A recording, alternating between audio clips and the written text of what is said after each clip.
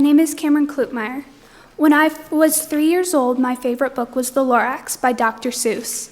I begged my parents to read it over and over and over again until I could recite it by memory. At my preschool, parents came to class to read a child's favorite book for a birthday celebration, in addition to the traditional cake.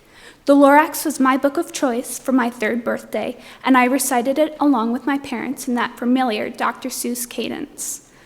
As I grew up with a few more Lorax role models at home, I began to recognize that this 30-year-old story was still completely relevant in my time.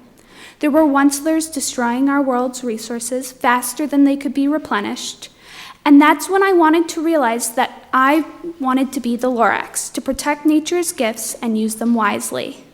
My family is very environmentally aware, and we continue to take extra steps to reduce our carbon footprint. My parents taught me and showed me that all the small actions we do add up to make a big difference. I turn off the lights when I leave the room, use both sides of the paper, or no paper at all, bike instead of drive, and turn off the water when I'm brushing my teeth. Now it's my turn to remind my brother, and sometimes nag him, to turn off the faucets and lights. Eventually, I started playing the role of the Lorax. I spoke for the trees and the air, and the land and the water too. I empathized with the Barbaloot bears, whose habitat was destroyed by the greedy once-ler to make his fortune at the expense of the natural resources, down to the very last truffula trees. I'm a consumer like everyone else, but I believe that we can have a great quality of life, even if we consume less. I also believe that we have the responsibility to lower our carbon footprint and help the earth heal. When I started kindergarten, I was lucky to have a bike path that ran along a creek, connecting my school and home. When my dad and I biked to school, not only did I have the satisfaction of knowing that I was making a good choice, but I also had the added bonus of seeing the sun come up, the mist rise up over Ringra Creek, and watch the fish jumping, turtles frolicking, and geese playing, all before 7:30 in the morning. I was enchanted by the natural beauty within my city. I wanted to share the beauty with all of my friends, which inspired me and my parents to create a Bike to School Day. We had almost 200 people biking with us on our designated day for 6 years. I learned that sharing my passions and experiences can motivate others to try new things and make good choices for the earth. Growing up in Wisconsin has fed my passion for the environment.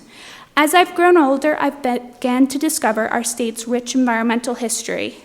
Many pioneering environmentalists had the same experiences that I had and were inspired by Wisconsin's simple beauties. Our forests may not be as tall as the giant sequoias, and we have no mountains to boast, but the rolling hills in the driftless area, thousands of clear blue lakes, and the spectacular Great Lakes have many wonders hidden within. If you pay close attention, you will see the magnificent details that I've observed my entire life. As a child, Senator Gaylord Nelson was fascinated by the bales of turtles that crossed through his town, Clear Lake, Wisconsin, each spring. Later in life, he went on to found Earth Day, which led to a host of federal environmental protection laws. Aldo Leopold's Sand County Almanac documented his observations of the changing land in Sauk County, Wisconsin, which led him to start the restoration ecology movement at the Arboretum. John Muir, an early lobbyist for the national parks, Yosemite in particular, was raised on a Wisconsin farm and attended the University of Wisconsin, where he was known to swim across Lake Mendota each morning. I've gotten lost in his volumes of writings about the natural world. He painted such a vivid picture of both the simplicity and grandeur of our country's most unique places. He's also done so many crazy things to experience nature in order to understand how it works, like climbing trees in the middle of a storm, riding an avalanche down a mountain, and running outside during an earthquake, shouting, "A noble earthquake." Some of his stories sound almost like fiction. I'm continually reminded of the legacy of these great men, and I hope to join in their ranks someday. I believe that these pioneers and everyday role models, like my parents and teachers, play an important role in helping remind us all to do our best to help the earth. Like Muir, exploration and discovery drives me. Finding and learning and understanding new things all feed my insatiable curiosity. Being in nature gives me confidence to take risks, like jumping off cliffs or powering down a mountain on a bike. The canvases I experience in nature and seeing the detail and exquisite beauty feed my need to observe. As John Muir once said, "In every walk in nature, one receives far more than he seeks."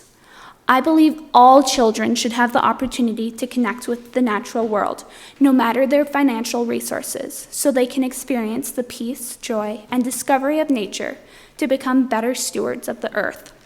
My goal is to engage the generations that came before me and the generations that will come after me to find sustainable solutions that will make the world a better place for everyone and every living thing that depends upon it for subsistence and life.